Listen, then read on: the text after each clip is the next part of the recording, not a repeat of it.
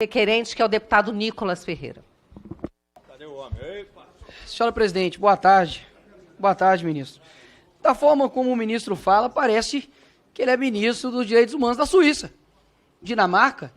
Poxa, ministro, mais uma vez, tua fala aveludada não consegue esconder a realidade. Ah, porque o Ministério dos Direitos Humanos está ao lado das vítimas. Que vítima? Que violência vocês estão combatendo? Ou pessoas vocês estão ajudando? Você acha que o brasileiro realmente cai nessa balela? Eu sei que durante muito tempo vocês não tiveram oposição aqui, era tudo novo isso para vocês. Porque vocês dominaram, né, o país e nunca teve alguém para falar o contrário. Mas isso é um mínimo. Dizer que não há responsabilidade nenhuma no Ministério dos Direitos Humanos porque foi o Comitê do Amazonas que bancou e pagou as despesas da dama do tráfico. Não tenho nenhuma responsabilidade nisso. Ora, espera aí. Camadas de responsabilidade. Quando o senhor banca isso, o senhor tem responsabilidade sim. Até mesmo porque, por muito menos, deputados aqui, como o deputado Eduardo Bolsonaro, é denunciado e acusado como miliciano. Por muito menos eu sou acusado de golpista. Por muito menos deputados dessa casa, somente por serem opositores do teu governo, nós somos chamados de genocidas. Ou seja, o que o senhor espera de que a população brasileira o acuse? Do senhor ser inocente? O senhor deve ser um lírio do campo mesmo, porque afinal de contas o deputado não pode nem lhe fazer uma pergunta que o senhor se sente sensível e não pode responder e acha que ele está fazendo insinuações ao senhor. Por favor, tenha postura de ministro de Estado. O senhor não é ativista, pelo menos não deveria ser. O senhor não deve ter uma postura de presidente do DCE, por mais que o senhor tenha essa postura. O senhor é ministro de Estado, agora, não venha por gentileza dar nenhuma resposta que foi satisfatória nem convincente. A Luciane, ela foi condenada a 10 anos de prisão por lavagem de dinheiro, associação para o tráfico e organização criminosa. E sim, eu concordo com o senhor. O processo dela estava em sigilo, mas o processo criminal dela não. Sabia-se o porquê ela estava sendo investigada. Ou seja, não há nenhuma checagem, protocolo de segurança do Ministério dos Direitos Humanos para poder verificar quem entra lá dentro. Eu duvido um cidadão comum brasileiro querer uma reunião ou ser indicado com alguém que seja um bolsonarista. Eu duvido que ele entre lá dentro. Eu duvido. Porque é muito pior do que ser alguém que é o marido, que é a esposa de uma pessoa como o Clemilson, que é o tio Patinhas, como líder do Comando Vermelho do Amazonas. Ou seja, de fato, as coisas estão completamente invertidas e a indignação, senhor ministro, não é porque não é somente um escândalo, é porque existem outros. Dê só uma olhadinha aqui, ó. Nós temos aqui, por exemplo, só puder retomar meu tempo, porque o microfone parou. Ei. Enquanto isso, prestem atenção aqui nessa foto aqui, ó. Pra vocês gravarem quem é esse rapaz aqui. Oi. Pode retomar o tempo, deputado. Perfeito. 2h14. O senhor conhece esse rapaz aqui, senhor ministro? Conhece? Depois o senhor me responde. Esse aqui é o senhor Said Marcos, que ridicularizou das vítimas mortas pelo Hamas, fazendo essas postais aqui antissemitas, inclusive de uma mulher que foi morta e estuprada e simplesmente estava ali tirando foto com o senhor todo sorridente. É por essas e outras que as pessoas não têm nenhum tipo de credibilidade no senhor. E que, inclusive, foi demitido, né? Depois da nossa pressão aqui, ele foi demitido.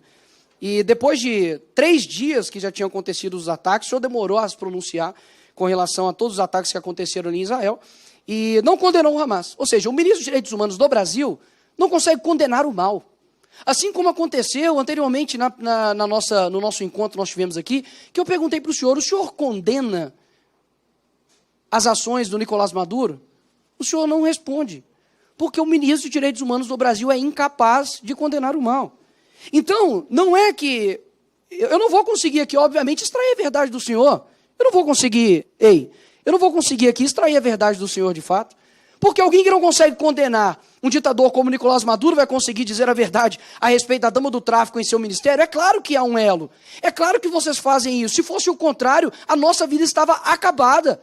Vocês nos associariam como criminosos. É isso que nós devemos deixar claro aqui. Discutir a matéria é pífio, quando se tem uma pessoa que não tem uma honestidade intelectual. Agora, eu gostaria de saber a tua opinião, senhor ministro, já que o senhor não vai dizer a verdade sobre este caso, sobre o Clezão, um homem que foi morto por uma negligência jurídica, atendido 33 vezes ali na Papuda, que absolutamente nada quebrou ou depredou dentro do Congresso, e que eu gostaria de saber a opinião do senhor como ministro dos Direitos Humanos, se o senhor esteve conversando com a sua família, ou se o senhor emitiu alguma nota, porque, de fato, as vítimas e os programas que o senhor diz, de fato, só está na tua mente.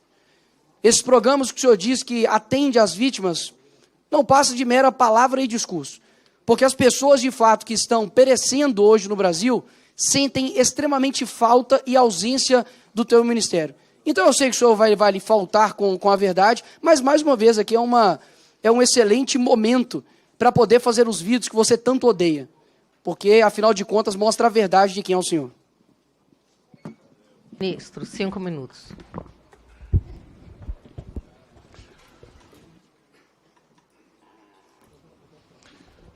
Deputado, vamos começar, então, pelo que o senhor disse que é omissão em relação aos ataques terroristas do Hamas.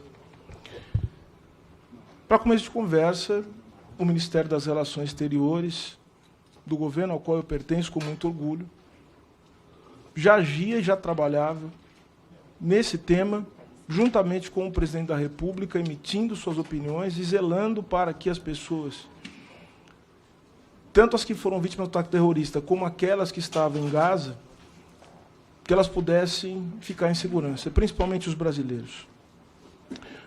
O senhor disse que eu não me pronunciei. No dia 7 de outubro, o ataque foi no dia 7 de outubro, no dia 10 de outubro, o presidente já tinha se manifestado, o Ministério dos Direitos Humanos divulgou uma nota lamentando o fato, que provocou a morte de brasileiros e também colocando nossa ouvidoria à disposição de quem necessitasse de informações, também reforçando os canais das embaixadas em Tel Aviv e do escritório de representação em Ramallah. No dia 11, ou seja, no dia seguinte, no mesmo mês, nós reproduzimos nas redes sociais um apelo do presidente Lula que dizia explicitamente: é preciso que o Hamas liberte as crianças israelenses que foram sequestradas de suas famílias. No dia 6 de novembro, eu fui novamente a público, tanto no Twitter quanto no Instagram, reiterar que havia dito, condenando os atos terroristas do Hamas, mas sem fechar os olhos às violações de direitos humanos que foram protagonizadas por Israel, em sua resposta, que consideramos completamente desproporcional. No dia 8 de novembro, eu manifestei mais uma vez minha posição e a do governo no programa Bom Dia Ministro, no canal Gov, que é distribuído para todo o país. No dia 15, em entrevista ao programa da jornalista Miriam Leitão, me pronunciei novamente sobre o tema. E reforcei em todas as ocasiões o apelo do presidente Lula, que manifestou publicamente sua posição pelo cessar-fogo para que se interrompesse o que ele mesmo chamou de insanidade, que tem vitimado especialmente crianças. Esta posição tanto foi acertada que, de fato, um cessar-fogo foi decretado pelos dois lados posteriormente. E mais importante, esse governo não ficou apenas na nota oficial. Nós repatriamos todos que desejaram deixar Israel, assim como fizemos um grande esforço capitaneado pelo Ministério das Relações Exteriores. Em relação às fotos, tiro fotos com várias pessoas que vão ao meu gabinete, inclusive fotos de pessoas que foram levadas, que estavam juntos, que faziam parte de assessorias de deputados federais. E a gente tem que tomar muito cuidado com essa coisa de foto, porque teve deputado que tirou foto com Adriano Lessa, por exemplo. Tá? E quando a gente fala de genocida, na verdade, esse termo, a gente tem que ver se é apropriado, mas a gente está se referindo a quem pregou não tomar vacina durante uma pandemia que resultou em mais de 700 mil mortes. É disso que se trata. Deputado Nicolas, 1 minuto para a sua réplica. Por gentileza, acumular o meu tempo de liderança, Pois não. presidente Bia. Senhor ministro, o que o senhor disse é facilmente quebrado pela realidade, tá ok? Quando você olha aqui o Twitter, o do Ministério dos Direitos Humanos, coloca nota, morte do cidadão brasileiro Hanani. Ele morreu de quê? De gripe? Foi infarto? Não há, nem na nota do Ministério, de susto, deve ter morrido de susto, do Ministério dos Direitos Humanos, nem na tua nota, no dia 10 de 10 de 2023, ao meio-dia e 22 minutos, dizendo sobre o Hamas, ou condenando os ataques. Basicamente, foi vítima dos atentados do dia 7 de outubro de Israel, manifestou solidariedade, e o senhor se ausenta, mais uma vez, de condenar o mal.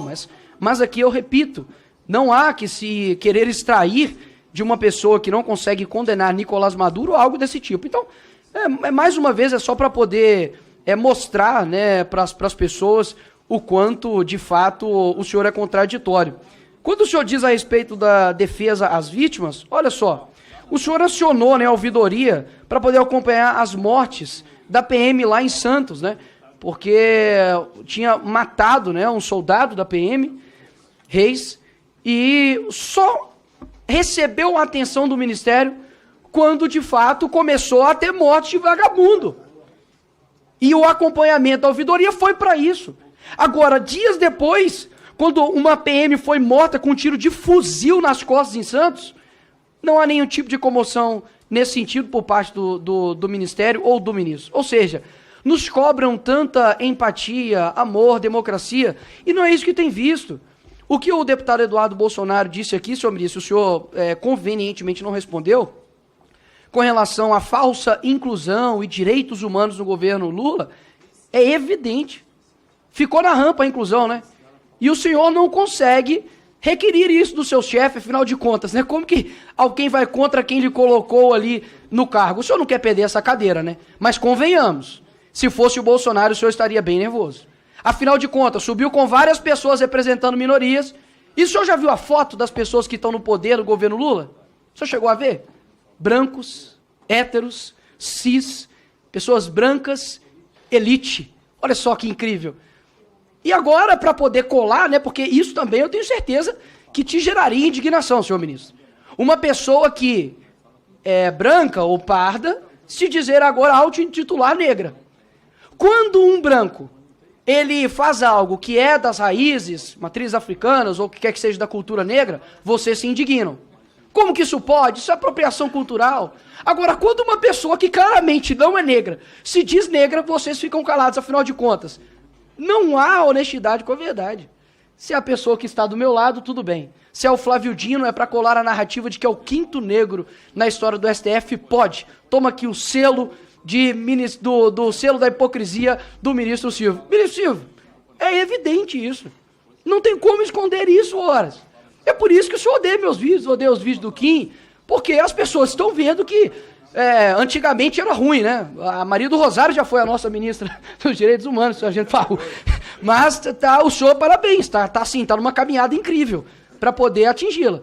Porque, de fato, chegar aqui e dizer que o Ministério dos Direitos Humanos está empenhado em defender as vítimas é brincadeira.